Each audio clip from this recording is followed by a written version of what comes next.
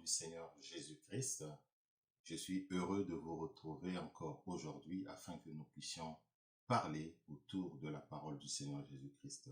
Nous rendons grâce au Seigneur pour cette opportunité qu'il nous a encore faite. Vous savez, c'est une joie de se retrouver entre frères et sœurs et de parler autour de la parole de Dieu. Nous bénissons donc le nom du Seigneur Jésus. Je vous invite que nous puissions partir dans le livre de Jean. Nous allons faire une lecture dans le livre de Jean au chapitre 9, car c'est un chapitre qui m'a inspiré et je vais donc partager avec vous ce que le Seigneur m'a mis à cœur et nous allons prier autour de ce verset en fonction de ce que le Seigneur m'a mis à cœur. Je vous invite donc dans le livre de Jean au chapitre 9. Nous allons donc lire la parole au nom du Seigneur Jésus-Christ. Nous disons Amen. Jean chapitre 9, verset 1. Jésus vit en passant un homme aveugle de naissance. J'aimerais que vous souligniez aveugle de naissance. Ses disciples lui firent cette question. Rabbi, qui a péché, cet homme ou ses parents, pour qu'il soit né aveugle? Jésus répondit, ce n'est pas lui ou ses parents aient péché, mais c'est afin que les œuvres de Dieu soient manifestées en lui. Il faut que je fasse, tandis qu'il est jour, les œuvres de celui qui m'a envoyé la nuit, vient où personne ne peut travailler. Verset 5. Pendant que je suis dans le monde, je suis la lumière du monde. Verset 6. Après avoir dit cela, il cracha à terre et fit de la boue avec sa salive, puis il appliqua cette boue sur les yeux de l'aveugle et lui dit, va et lave-toi au réservoir de Siloé, nom qui signifie envoyé. Il y alla, se lava et s'en retourna voyant clair. Verset 8. Ses voisins et ceux qui, auparavant, l'avaient connu comme un mendiant disaient, ce n'est pas là celui qui se tenait assis et qui mendiait. Les uns disaient, c'est lui. D'autres disaient, non, mais il lui ressemble. Et lui-même disait, c'est moi. Verset 10. Ils leur dirent donc, comment tes yeux ont-ils été ouverts? Il répondit, l'homme qu'on appelle Jésus a fait de la boue, a oint mes yeux et m'a dit, va au réservoir de Siloé et lave-toi. J'y suis allé et je me suis lavé et j'ai recouvert la vue. Gloire au Seigneur pour cette parole. J'aimerais que nous puissions lire ce dernier verset, le verset 11. Il répondit, donc ça c'est cet homme qui répondit, l'homme qu'on appelle Jésus a fait de la boue, a oint mes yeux et m'a dit, va au réservoir de Siloé et lave-toi. Le monsieur répond en disant, j'y suis allé, je me suis lavé et j'ai recouvert la vue. Nous bénissons le nom du Seigneur. Seigneur, nous te disons merci pour cette parole. Merci pour cette parole puissante. Frères et sœurs, nous venons de faire cette lecture. Nous voyons là que cet homme était aveugle de naissance. De naissance, c'était un homme aveugle. Et Jésus l'a vu en passant. Combien de gens dans ce monde sont des aveugles de naissance? Ce monsieur, lui, il n'avait pas la vue. Lui, ça, c'était son problème. Il était aveugle de naissance. Et les disciples demandent à Jésus, pourquoi ce monsieur est aveugle? Est-ce que c'est parce qu'il a péché? ou ce sont ses parents qui ont péché? Voilà la question que les disciples ont posée à Jésus-Christ. Et Jésus répond en disant, Jésus répond au verset 2 en disant, au verset 3, « Ce n'est pas lui ou ses parents aient péché, mais c'est afin que les œuvres de Dieu soient manifestées en lui. » Donc Jésus dit, non, le monsieur n'a pas péché, ni lui, ni ses parents. Mais ce monsieur vit cette situation parce que Dieu, que lui il est, veut que la puissance de Dieu soit manifestée au travers de cette personne, au travers de cette situation. Vous savez, frères et sœurs, nombreux d'entre nous, nous vivons des situations auxquelles nous ne sommes pas responsables. Vous allez constater qu'il y a des gens qui se posent la question de savoir, mais qu'est-ce que j'ai fait pour mériter un tel traitement? Qu'est-ce que j'ai fait pour mériter une telle situation? Il y a des gens qui traversent des situations comme ça. Il est quelquefois né malade, ou il est issu d'une famille où il y a un problème récurrent, mais il est victime de cela. Mais ce n'est pas de sa faute. Ni lui, quelquefois, ni ses parents n'ont même pas péché. Là, j'ouvre une parenthèse parce que nous savions tous que le salaire du péché, c'est la mort. Donc, quand on parle de la mort spirituelle. Bon, c'est vrai qu'il y a certains péchés qui amènent à la mort physique. Mais quand la parole de Dieu parle, le salaire de péché, c'est la mort, là, il s'agit de la mort spirituelle. Donc, quelquefois, les péchés que nous commettons nous amènent à la mort spirituelle, même si c'est possible qu'il y ait la mort physique. Mais aussi les péchés de nos parents, ce qu'on appelle les iniquités. Donc, dans le cas de ce monsieur, c'était ni lui, donc lui n'avait pas péché, ni ses parents, mais il est né aveugle de naissance. Donc, qu'est-ce qu'il a fait ce monsieur pour mériter un tel traitement? Et combien de personnes sur cette planète, combien de personnes dans cette planète Terre vivent ces tournants, vivent des situations comme ça? Vous êtes peut-être malade, vous vivez peut-être une situation qui se répète régulièrement. Vous voyez, il y a des gens, quelquefois, ils ont des maladies, quelquefois périodiques, où ils vivent quelquefois une situation au cours de chaque année, ils vivent une situation particulière dans leur vie. Et il y a des gens qui ont des situations comme ça. À telle saison, c'est souvent tel problème qui se passe. Après tant d'années, il y a tel événement. Après tant de périodes, il y a tel problème. Mais très souvent, ces gens-là sont victimes ou se posent la question de savoir, mais d'où sort un sort pareil? Quelle est l'origine de ce problème? Pourquoi je vis constamment ce problème? Vous allez voir, c'est un problème récurrent qui vient dans la famille. Quelquefois, c'est un problème récurrent qui vient dans la vie de cette personne. Quelquefois même dans la vie de certaines nations. Vous allez remarquer même dans certains pays, il y a une période donnée, il y a souvent des événements. Il y a un mois précis au courant de l'année, c'est un mois noir. Il y a souvent des crises, il y a souvent des problèmes. Donc ce que je suis en train de dire, il faut le voir dans l'angle spirituel des choses. Donc ces événements interviennent, c'est comme je dis quelquefois, individuellement dans la vie de certaines personnes, quelquefois dans la vie des familles, mais quelquefois dans la vie des pays. Pour ne pas en citer, vous allez voir, il y a des pays, quelquefois, à chaque période de l'année, entre tel ou tel mois, il y a souvent un événement qui se passe. Mais un événement douloureux dans le pays. Alors, tous ces signes n'est pas nouveau, parce que le Seigneur nous en a déjà parlé. Quand on lit ce livre, on comprend que le Seigneur, quelquefois, permet un certain nombre de choses. Mais quand le Seigneur permet un certain nombre de choses, tel que ce personnage, lui, il était aveugle de naissance, et le Seigneur dit bien que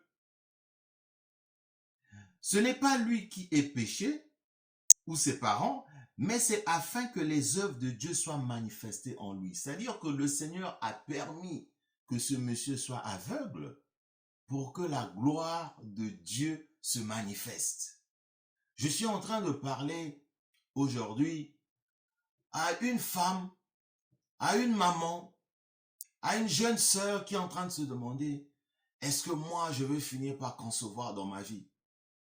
Parce que elle est tellement en train de chercher un enfant, elle n'en trouve pas. Elle se pose la question, est-ce que vraiment je finirai par avoir un enfant? Parce qu'il me semble que j'ai ce problème depuis ma naissance. Je suis en train de parler à un frère qui a une maladie qui ne part pas. Mais ce frère se dit, est-ce que je finirai par obtenir la guérison? Je suis en train de parler à une famille qui se dit, mais est-ce qu'un jour on aura la solution à ce problème? Je suis en train de parler à un pays qui se dit, est-ce qu'un jour on aura enfin la paix? Oui, vous aurez enfin la paix. Oui, vous aurez enfin la guérison, ma sœur, mon frère. Oui, vous aurez enfin la victoire.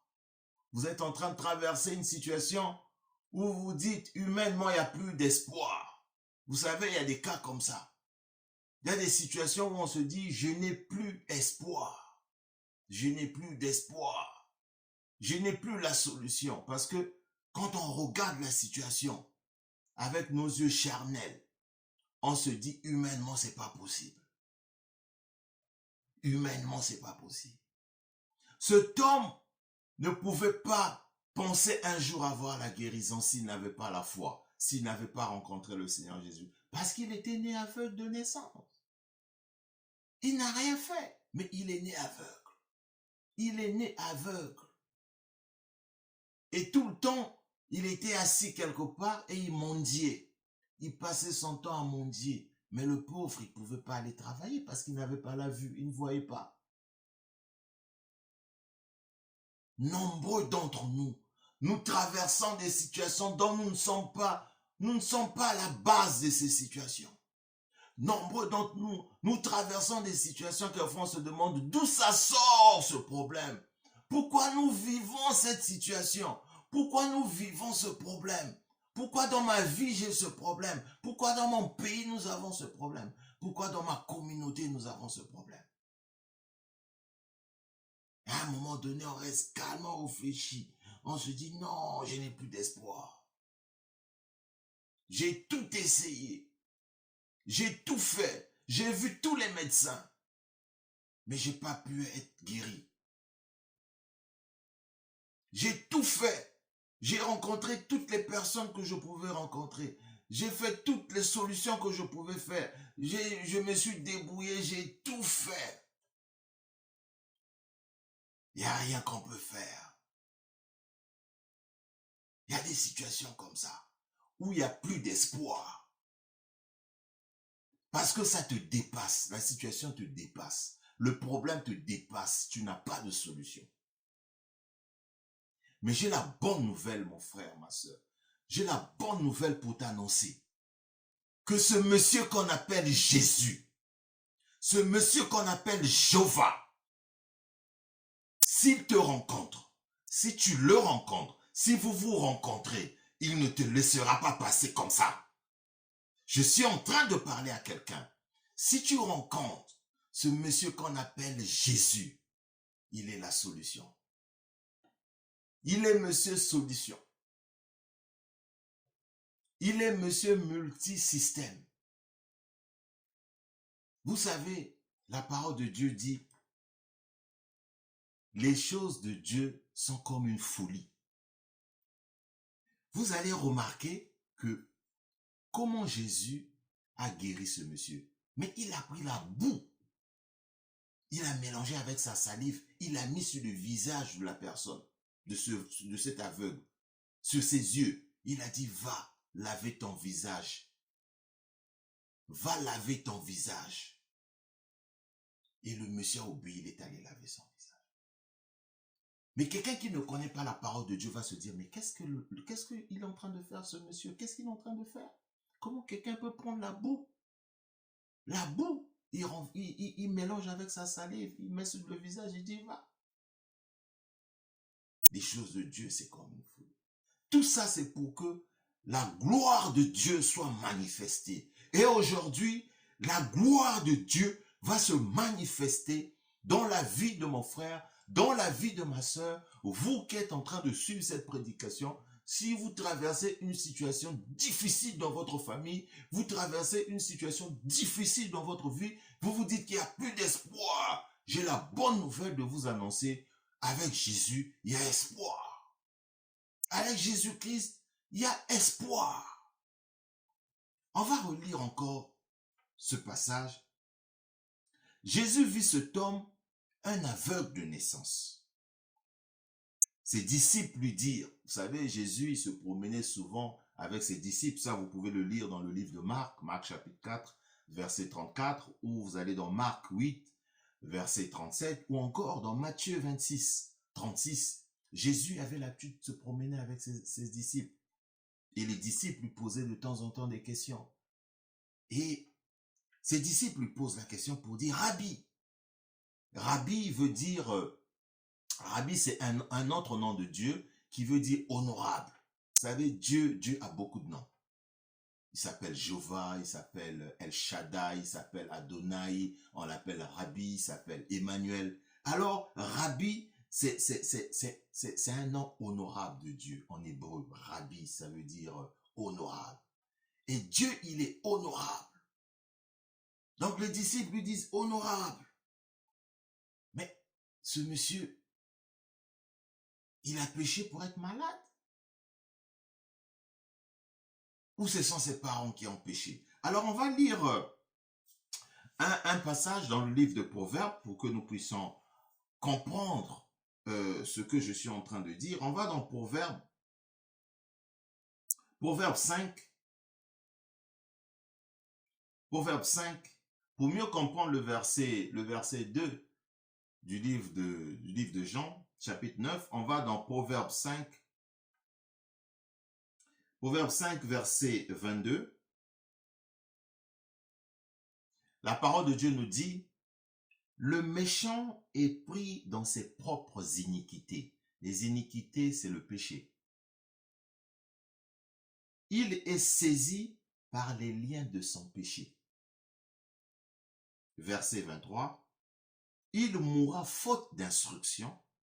Il chancellera par l'excès de sa folie. » Alors ici, nous venons de comprendre que on chancelle, on meurt par la folie de nos péchés ou par l'iniquité. L'iniquité, ce sont les péchés de nos parents qu'on appelle l'iniquité. On va lire un autre passage dans le livre de Romains, et ça c'est connu dans Romains 6, 23, le salaire du péché, c'est la mort. Mais le don gratuit de Dieu qui nous fait grâce, qui est la vie éternelle en Jésus-Christ. Vous pouvez lire ce passage dans Romains 6, 23. Alors nous comprenons pourquoi les apôtres ont posé la question à Jésus-Christ pour savoir si cet homme était devenu aveugle à cause du péché ou parce que ses parents avaient péché. Et le Seigneur dit non, non, non, il n'y a rien de tout cela, c'est tout simplement parce que je veux que la gloire de Dieu soit manifestée au travers de la vie de cet homme. Donc, l'enseignement qu'on peut tirer aussi de cette histoire, c'est que le péché peut nous conduire à vivre un certain nombre de choses. Ici, c'est une opportunité pour moi pour attirer l'attention de certains parents. Vous savez, quand on est parent, quand on connaît le Seigneur, il y a des choses qu'on ne doit pas faire. Parce que ces choses que nous sommes en train de faire qui ne glorifient pas le nom de Jésus, même si nous-mêmes, nous ne payons pas ça, nous courons malheureusement le risque que la parole de Dieu soit manifestée dans le sens où ça sera considéré comme des iniquités dont nos enfants malheureusement pourront en être victimes, pourront en payer les conséquences. Parce qu'on dit que l'iniquité va de génération en génération, ça va jusqu'à la 4e génération. Donc, parents que nous sommes, faisons très attention à notre marche chrétienne. Il y a des choses que nous ne devons pas faire au risque que nos enfants, à la longue, deviennent victimes de nos fautes aujourd'hui. Mais je prie dans le nom puissant du Seigneur Jésus-Christ que toutes ces choses mauvaises ne soient pas notre partage. Nous disons gloire au Seigneur, gloire au Seigneur. Alors, ce que je veux que nous puissions comprendre, c'est que ce monsieur avait complètement rien fait pour vivre ce qu'il avait vécu. Et au verset 4, quand nous lisons le verset 4 nous dit du livre de Jean, « Il faut que je fasse, tandis qu'il est jour, les œuvres de celui qui m'a envoyé. La nuit vient où personne ne peut travailler. » Donc, ici, le Seigneur est en train de parler en parabole pour dire, il faut que je fasse les œuvres de mon Père pendant qu'il fait jour, c'est-à-dire qu'il faut qu'il guérisse ce monsieur. Et ce que j'ai trouvé très intéressant, c'est l'attitude de ce monsieur. Quand on lit au verset 7, par exemple, il est écrit, au verset 6, par exemple, la parole dit, « Après avoir dit cela, il cracha à terre et prit de la boue, donc ça c'est Jésus, avec sa salive, puis il appliqua cette boue sur les yeux de l'aveugle. » Alors, lisons bien le verset 7.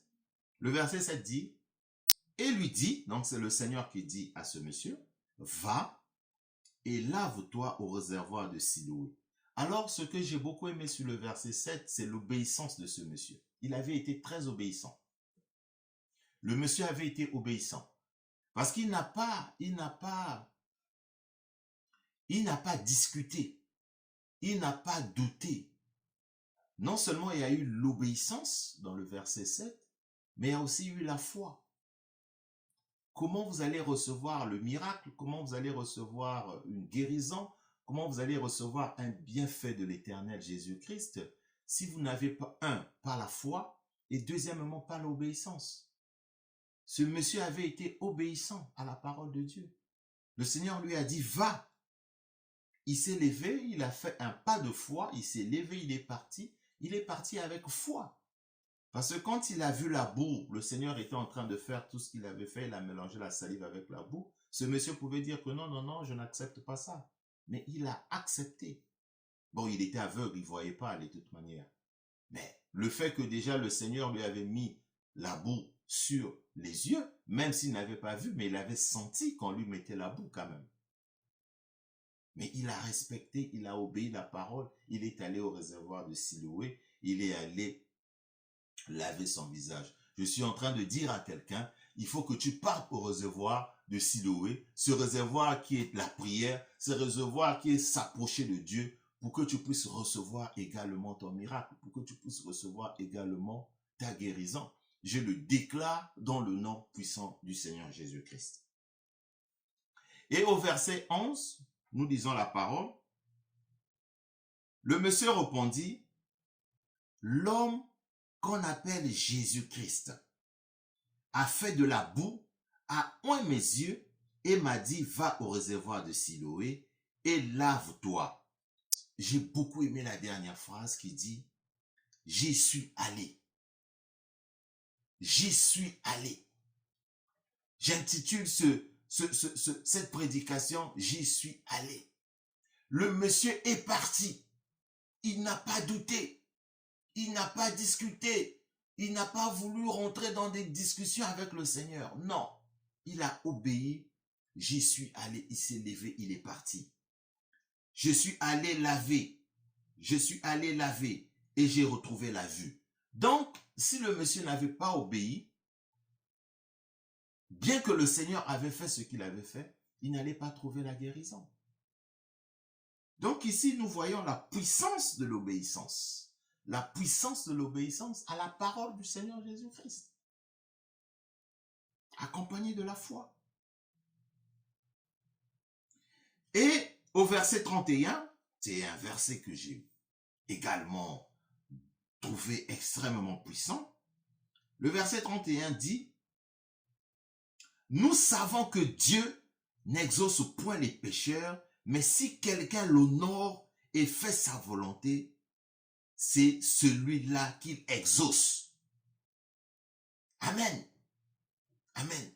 La parole de Dieu nous dit au verset 31, « Nous savons que Dieu n'exauce pas les pécheurs. » Comment tu es pécheur? C'est vrai que Dieu, il fait grâce à qui il veut, quand il veut. Mais nous savons que le salaire du péché, c'est la mort. Alors là, Dieu a fait grâce à ce monsieur. Dieu a fait grâce. Dieu a déversé sa grâce. Dieu a utilisé son don de guérison, son don de miracle pour sortir ce monsieur de cette situation de maladie, de cette situation où il était aveugle de naissance. Mon frère, ma soeur, malgré le problème que vous êtes en train de vivre, même si c'est un problème de naissance, vous êtes malade de naissance, cette maladie quitte aujourd'hui dans le nom puissant du Seigneur Jésus-Christ. Cette maladie quitte aujourd'hui dans le nom puissant du Seigneur Jésus-Christ. Même si vous avez une situation dans votre famille, une situation difficile, de sécheresse, de calamité, de tristesse, vous allez trouver la joie, car vous allez aller au réservoir de Siloé. Vous allez aller au réservoir de Siloé, allez avoir la guérison, allez vous laver le visage avec le Seigneur Jésus-Christ. Gloire au Seigneur. Je veux que quelqu'un puisse recevoir cette prédication par la foi. Par la foi.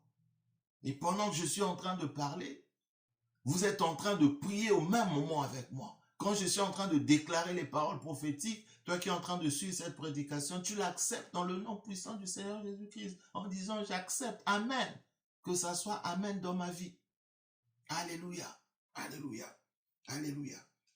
Alors vous savez cette histoire de ce monsieur aveugle dans le livre de Jean chapitre 9 m'a rappelé l'histoire des eunuques.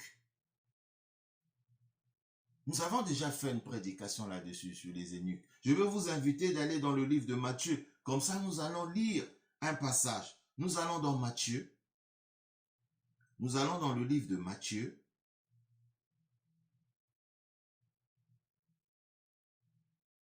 Matthieu chapitre 19. Nous allons lire entre le verset 11 et le verset 12. Matthieu 19, entre le verset 11 et le verset 12, nous lisons la parole au nom de Jésus-Christ. On peut commencer au verset 10. Il leur répondit, ça c'est le Seigneur Jésus-Christ qui répondait à ses disciples.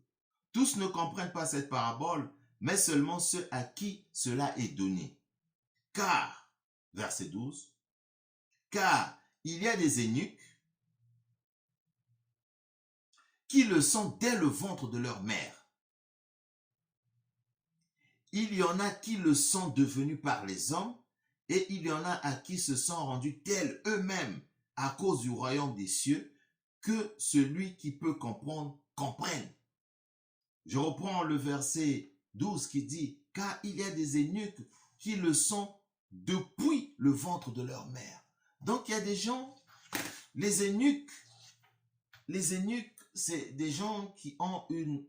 Il y a deux significations des eunuques, hein? Mais là, la signification que je suis en train de donner des eunuques, c'est des personnes qui ne pouvaient pas concevoir. Des gens qui avaient une d'une maladie. Ils étaient considérés comme des eunuques. Jésus-Christ. Mais là, ceux-là sont devenus eunuques, pas parce qu'ils l'ont voulu, mais parce qu'ils l'ont été depuis dans le ventre de leur mère. Donc, en venant sur la terre, ils viennent déjà comme étant eunuques. Ils viennent déjà comme avec une certaine, je dirais pas maladie, mais une certaine carence dans un domaine précis qui leur permet d'avoir une certaine forme de réalisation, une certaine production dans la vie. Donc, ils sont eunuques depuis dans le ventre de leur mère. Mais personne, étant enfant, étant dans le ventre de sa mère, souhaite venir sur la terre en étant eunuque, ou en étant aveugle, ou en étant malade. C'est ça les mystères de Dieu. C'est ça les mystères de Dieu. Mais même quand vous venez sur la terre comme eunuque, même quand vous venez au monde comme eunuque, bien qu'en étant dans cette condition depuis dans le sein de votre mère, mais Dieu, par la puissance, par son don de guérison, par son don de miracle, peut vous rendre libre de cette captivité, peut vous rendre libre de cette maladie, peut vous guérir peut vous donner le sourire, peut vous donner la joie. C'est vrai qu'il y a certaines personnes qui peuvent devenir eunuques à cause des situations de ce monde. Alléluia. Alors, il y a aussi dans le livre de Ésaïe 56, entre le verset 3 et le verset 4, une situation que nous pouvons vivre qui dépasse l'entendement humain, que le Seigneur considère comme étant un arbre sec. Il a fait la parabole en parlant d'un arbre sec. Vous pouvez le lire dans Ésaïe 56, entre le verset 3 et le verset 4. Donc, il y a des situations, quelquefois nous vivons, comme ce monsieur, il était aveugle de naissance, et on a vu dans le livre de Matthieu qu'il y a des gens qui sont des eunuques depuis dans le ventre de leur mère, et dans le livre d'Ésaïe, on parle d'un arbre sec, donc un arbre qui ne produit pas. Et dans le livre d'Ézéchiel, on parle d'ossements desséchés. Vous vous souvenez de cette histoire où Ézéchiel était en train de parler avec le Seigneur, où les os, c'est-à-dire la situation était tellement difficile, les os étaient tellement devenus sèches, que le Seigneur avait dit à Ézéchiel, prophétise et parle sur ces ossements desséchés. Alléluia, alléluia. Alors, on peut regarder ça dans Ésaïe, on peut regarder rapidement. On va dans le livre de Ésaïe. On va dans le livre de Ésaïe, on va dans Ésaïe. Ésaïe 56. On va lire entre le verset 3 et le verset 4. Verset 3. Que l'étranger qui s'attache à l'Éternel ne dise pas, l'Éternel me séparera de son peuple. Et que l'eunuque ne dise pas, voici, je suis un arbre sec. Voyez ce que la parole de Dieu dit. Que l'eunuque ne dise pas, je suis un arbre sec. Alors cet aveugle pouvait dire qu'il est eunuque. Il est donc comme un arbre sec. Je suis en train de parler à cette sœur qui ne peut pas avoir d'enfant, qui se dit, je suis comme un arbre sec. Je veux parler à ce frère qui est malade, qui ne peut pas procréer, se dit, je suis considéré comme un arbre sec. Je suis en train de parler à cette famille où il y a un problème récurrent. Ils se disent, mais nous sommes considérés comme un arbre sec. Ce pays où il y a un problème difficile, cette crise qui vient régulièrement, vous êtes considérés comme un arbre sec. Vous savez, il y a des situations qui viennent par saison, comme je le disais tantôt. Des situations qui viennent périodiquement. Des crises, des conflits, des deuils, des malheurs qui viennent périodiquement. Nous le brisons maintenant dans le nom puissant du Seigneur Jésus-Christ en allant vous laver au réservoir de Siloé. Vous recevez cette parole en disant Amen. Alléluia, alléluia, alléluia. Vous savez, rien n'est figé avec Dieu. Car Dieu, c'est celui qui nous guérit toujours. Car Dieu, c'est celui qui nous sort toujours des situations difficiles. Car Dieu, il est égal à lui-même. Alléluia, alléluia. Dieu, il est bon parce que Dieu, il nous donne la victoire. Dieu, il nous donne la victoire. Et aujourd'hui, on va avoir cette victoire. Parce que la parole de Dieu ne vient pas pour venir nous condamner. La parole de Dieu vient pour venir nous rendre libres. Libres de toute captivité, libres de toute condamnation, libres de toute maladie. Libre de toute condamnation, libre de toute maladie. Même si vous êtes né malade, même si vous êtes dans une situation où il n'y a plus rien à faire, aujourd'hui, je viens t'informer qu'il y a quelque chose à faire avec Dieu. Alléluia, alléluia, alléluia, alléluia. Lisons ce que ce monsieur avait dit dans le livre de Jean au verset, je crois, 6. Vous allez voir combien de fois c'est intéressant ce qu'il avait dit. On repart dans le livre de Jean. Chapitre 9. Chapitre 9. Alors, qu'est-ce que l'aveugle a dit? Verset 11. Il répondit, l'homme qu'on appelle Jésus. Oh Jésus-Christ. Il répondit en disant, l'homme qu'on appelle Jésus a fait de la boue, a oint mes yeux, m'a dit, va au réservoir de Siloé, et lave-toi. J'y suis allé. Alléluia. Alléluia. Alléluia. Alléluia. Alléluia. Gloire au Seigneur. Gloire au Seigneur. Gloire à Jésus-Christ. Gloire à Jésus-Christ parce que Dieu, il est bon. Dieu n'est pas là à nous condamner. Dieu est là pour nous donner la victoire. Dieu est là pour nous donner la guérison. Dieu est là pour nous faire entrer dans notre miracle. Dieu est le Dieu de grâce. Alléluia, alléluia, alléluia, alléluia, alléluia. Alors, je veux vous inviter que nous puissions lire le livre de Colossiens. C'est un passage qui est connu de beaucoup de chrétiens. On va aller dans le livre de Colossiens. On va dans Colossiens chapitre 2. Nous allons lire entre le verset 13 et le verset 15. C'est connu de tous. La parole de Dieu nous dit: vous qui étiez morts par vos offenses et par l'inconcision de votre chair, il vous a vendus à la vie avec lui en nous faisant grâce pour toutes nos offenses. Verset 14, il a effacé l'acte dont les ordonnances nous condamnaient et qui subsistaient contre nous. Il les a détruits en le clouant à la croix. Il a dépouillé les dominations et les autorités et les a livrées publiquement en spectacle en triomphant d'elles par la croix. Oh Jésus-Christ, le Seigneur nous a donné la victoire. Il a dépouillé les actes qui nous condamnaient, les ordonnances qui nous condamnaient. Vous voyez, cet homme, il y avait une ordonnance qui le condamnait à être aveugle. Mais le Seigneur, par la puissance de sa parole, par la puissance de son autorité, est venu donner la vie, est venu redonner la vue et la vie à cet homme, à ce malade, dans le nom puissant du Seigneur Jésus-Christ. Alors ici, nous allons donc, au travers de ce livre de Colossiens, nous comprenons que c'est quand le Seigneur a été cloué à la croix qu'il a donné à nous aujourd'hui la victoire que nous sommes en train de vivre aujourd'hui. Et cette victoire, c'est la victoire de la Pâque. C'est cette Pâque que nous célébrons.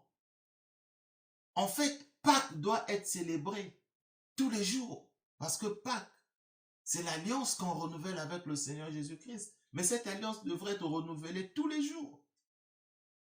Tous les jours. On doit faire la Sainte Seine. Tous les jours. On doit être en harmonie avec le Seigneur Jésus-Christ. Alléluia.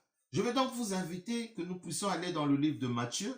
Nous allons faire une lecture dans le livre de Matthieu. Alléluia, alléluia, peuple de Dieu. On va aller dans le livre de Matthieu, chapitre 26. Je suis dans la joie que le Seigneur vous bénisse. Que le Seigneur vous fortifie. Que le Seigneur vous donne la victoire. Que le Seigneur vous donne la guérison. Que vous puissiez vivre le miracle de Dieu. Que vous puissiez être fiers d'être enfant de Dieu.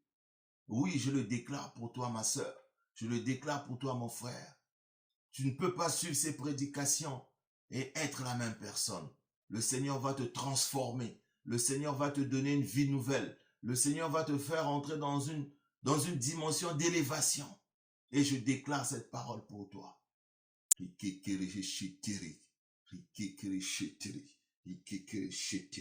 On va dans le livre de Matthieu, chapitre 6, 26. Nous allons lire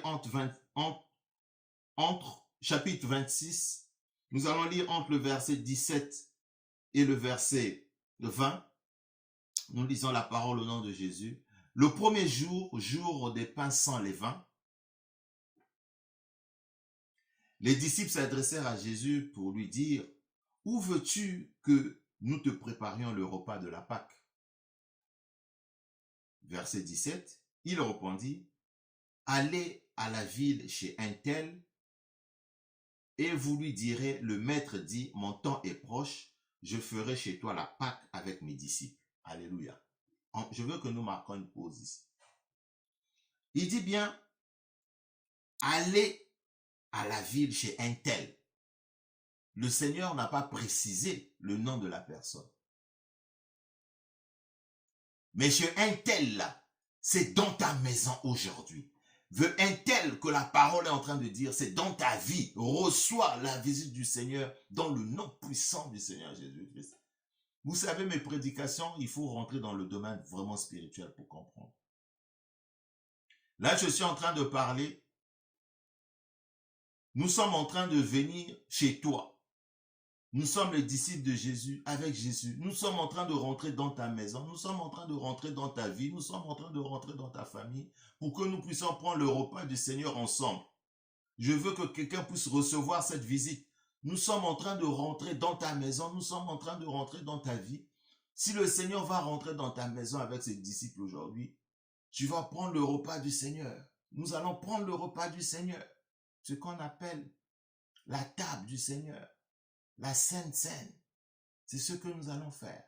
Et vous êtes en train de suivre cette prédication avec moi. Si vous avez du vin, vous prenez un verre de vin. Si vous avez du pain sans levain, du pain blanc, vous pouvez le prendre. Vous pouvez prendre le vin, ou ceux qui n'ont pas de vin, vous pouvez prendre du jus de raisin et nous allons célébrer la Pâque ensemble avec moi dans quelques instants en direct.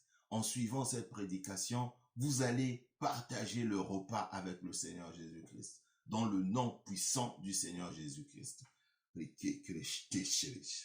Merci Seigneur, merci Seigneur, merci Seigneur. Donc je répète le verset 17, le premier jour, jour des pains sans levain. Alors là, c'est un mystère. Quand on parle de pain sans levain, en fait, c'est une période où on rentre en se purifiant, en demandant pardon au Seigneur. Voilà pourquoi on parle de pain sans levain. C'est-à-dire que c'est un moment où on partage le pain avec le Seigneur. Mais on ne peut pas partager le pain avec le Seigneur en ayant un cœur rempli de péché, en ayant une conscience qui est remplie de péché. Voilà pourquoi en prenant le repas du Seigneur, on demande pardon pour nos péchés, pour les iniquités de nos parents, pour être en harmonie avec le Seigneur, en partageant le pain avec lui et en prenant une coupe de vin. On va rentrer tout à l'heure dans cette explication. Donc le verset 18 dit, il répondit, allez à la ville chez un tel. Tu nous reçois aujourd'hui dans ta maison au nom puissant du Seigneur Jésus-Christ. Et vous lui direz. Non, le Seigneur n'a pas dit aller chez Sophie, aller chez Gabriel, aller chez Paul, aller chez Thomas. Non, le Seigneur a dit un tel. C'est prophétique. Le Seigneur vient chez tout le monde qui l'accepte. Donc tu nous acceptes aujourd'hui. Je suis en train de rentrer dans la maison. Nous qui sommes des disciples de Jésus, nous sommes les co-héritiers de Christ, nous qui sommes ses enfants, nous sommes en train de venir dans ta maison avec la présence du Seigneur Jésus-Christ, avec le Seigneur qui nous accompagne. Et nous allons prendre le repas ensemble. Amen. Amen. Amen. Amen. Amen. Merci Seigneur pour ce moment. Verset 19. Les disciples firent ce que Jésus leur avait ordonné. Ils préparèrent la Pâque. Donc nous qui sommes les disciples de Jésus, nous préparons la Pâque. Nous allons préparer la Pâque. Nous préparons la Pâque. Nous préparons la Pâque. Nous préparons la Pâque. Alors nous préparons la Pâque. J'ai du pain ici. J'ai des biscuits blancs. J'ai des biscuits blancs qui symbolisent le pain qui est considéré comme le corps du Seigneur Jésus-Christ, l'agneau de Dieu. Et cette coupe de vin est considérée comme le sang de l'agneau. Le sang de l'agneau, le sang de Jésus-Christ qui nous a donné la victoire. Ils l'ont vaincu, nous avions vaincu par le sang de Jésus-Christ. Alors on reste dans le livre de Matthieu. Nous allons lire entre le verset 26 et le verset 28. Pendant qu'ils mangèrent, Jésus prit du pain et après avoir rendu grâce, le rompit et le donna aux disciples en disant, prenez et mangez, ceci est mon corps. Donc ce pain est le corps de Jésus-Christ. Ce pain symbolise le corps de Jésus-Christ. Ce pain sans levain symbolise le corps de Jésus-Christ.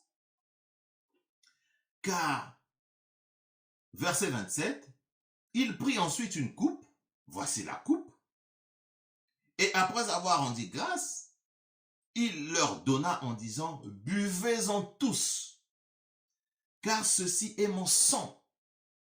Ce vin symbolise le sang de Jésus, le sang de l'alliance qui est répandu pour plusieurs pour la rémission des péchés. Je vous le dis, je ne boirai plus désormais de ce fruit de la vigne jusqu'au jour où je boirai de nouveau avec vous dans le royaume des cieux. Alors là, le Seigneur était en train de, en fait, il prenait le repas. C'était le dernier repas que le Seigneur était en train de prendre avec ses disciples. Voilà pourquoi il disait, je suis en train de prendre ce repas avec vous.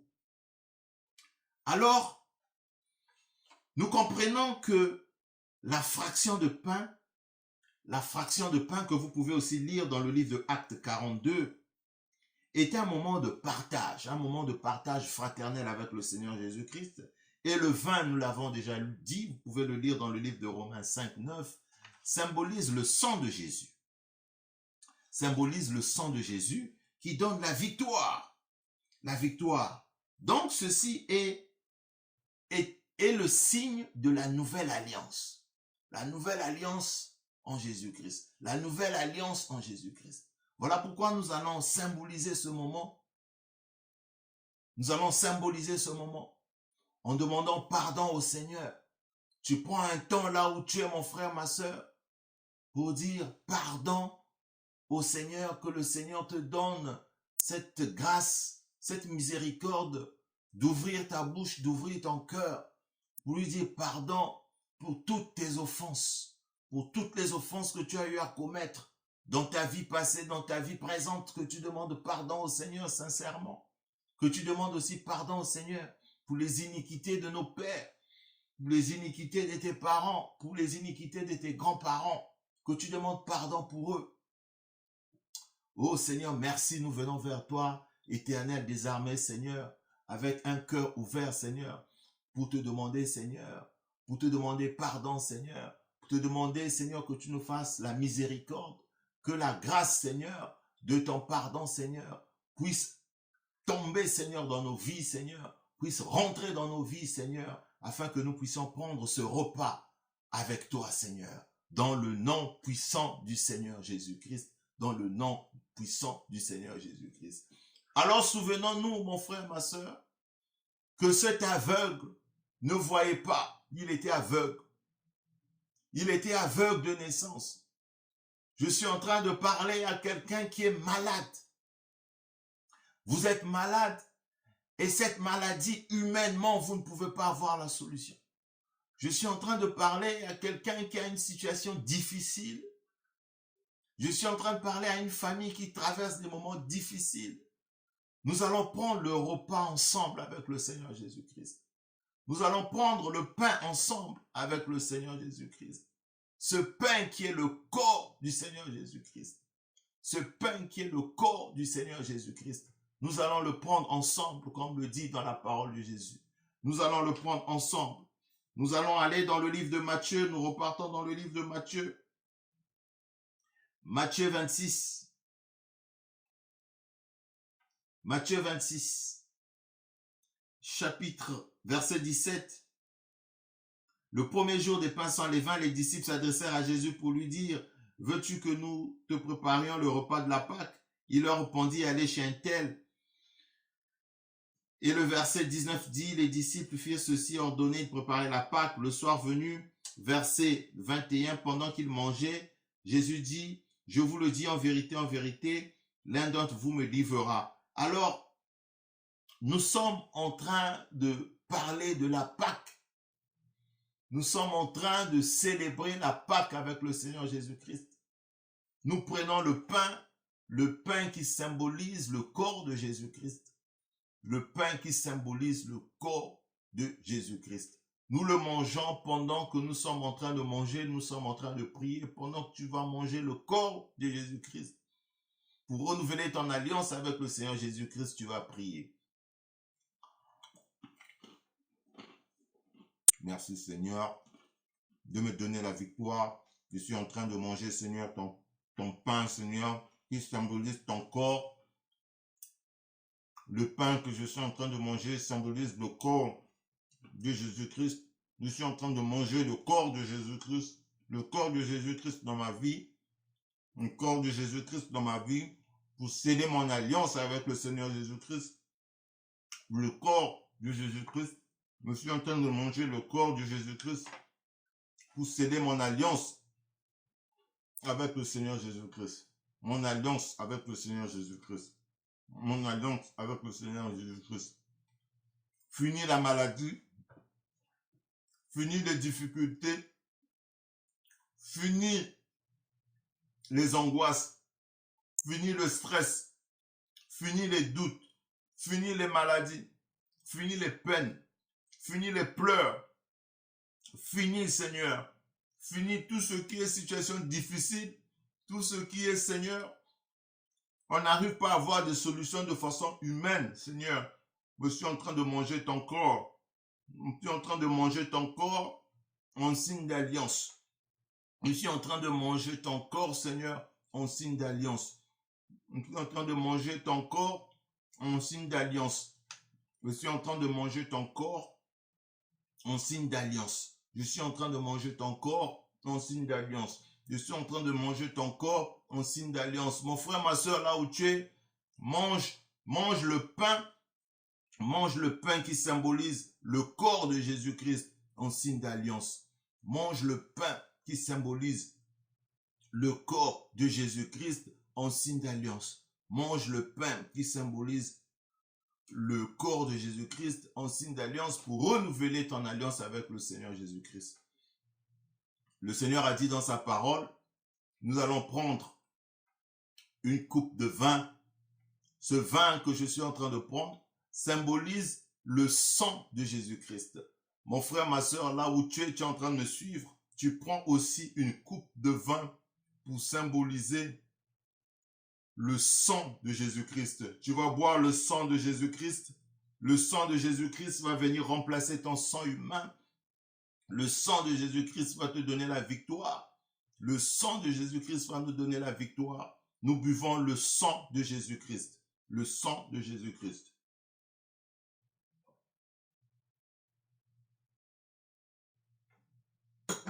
Le sang de Jésus-Christ.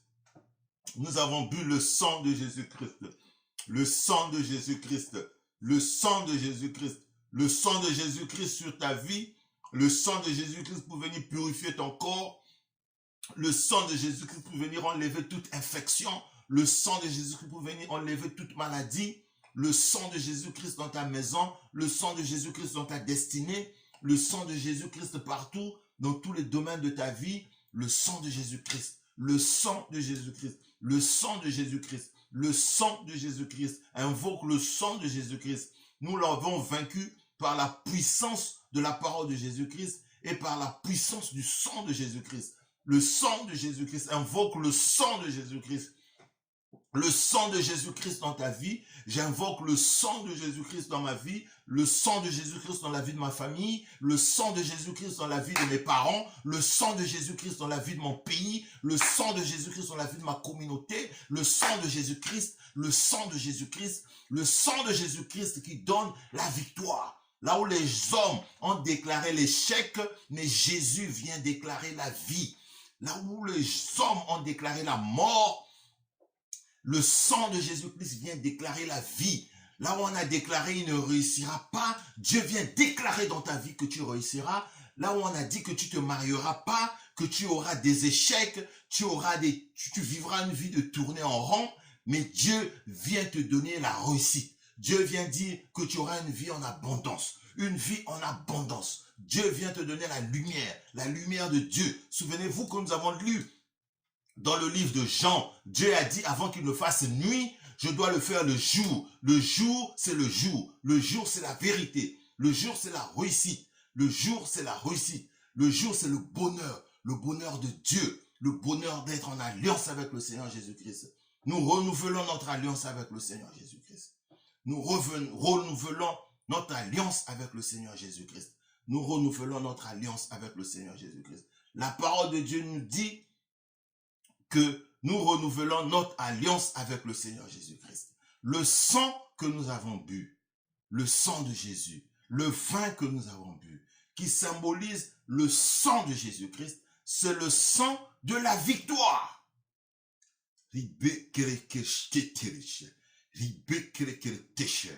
Oui, ceux qui passent leur temps à te maudire, cette malédiction tombe aujourd'hui dans le nom puissant du Seigneur Jésus-Christ. Ceux qui passent leur temps à te maudire, mon frère, ma soeur, cette malédiction tombe aujourd'hui dans le nom puissant du Seigneur Jésus-Christ.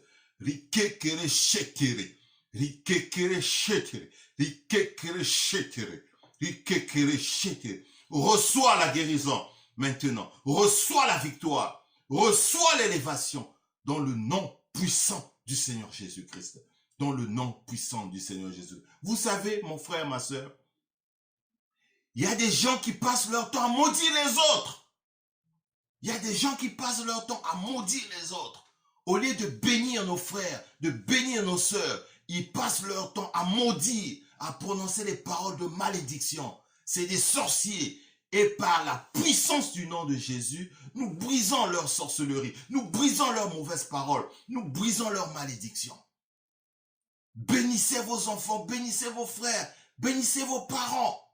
Par des paroles de paix, par les paroles de joie, par les paroles d'amour, dans le nom puissant du Seigneur Jésus-Christ, ce démon qui est en train de tourmenter ta vie, il est brisé aujourd'hui. Cet aveugle était allé à Siloé, aller laver son visage. Il a dit, ce Jésus m'a guéri. Il s'appelle Jésus. Il m'a guéri. Oui, tu reçois la guérison aujourd'hui dans le nom puissant du Seigneur Jésus-Christ. Je le déclare dans ta vie maintenant, dans le nom puissant du Seigneur Jésus-Christ. Dans le nom puissant du Seigneur Jésus-Christ. Dans le nom puissant du Seigneur Jésus-Christ. Je déclare la victoire dans ta vie. Je déclare la réussite dans ta vie. Je déclare l'élévation dans ta vie. Je bénis ta vie dans le nom puissant du Seigneur Jésus-Christ. Dans le nom puissant du Seigneur Jésus-Christ. Dans le nom puissant du Seigneur Jésus-Christ. Dans le nom puissant du Seigneur Jésus-Christ. Oui, tu laves ton visage à la rivière de Siloé et tu glorifies le nom puissant du Seigneur Jésus-Christ. Que le Seigneur vous bénisse. Amen. Amen.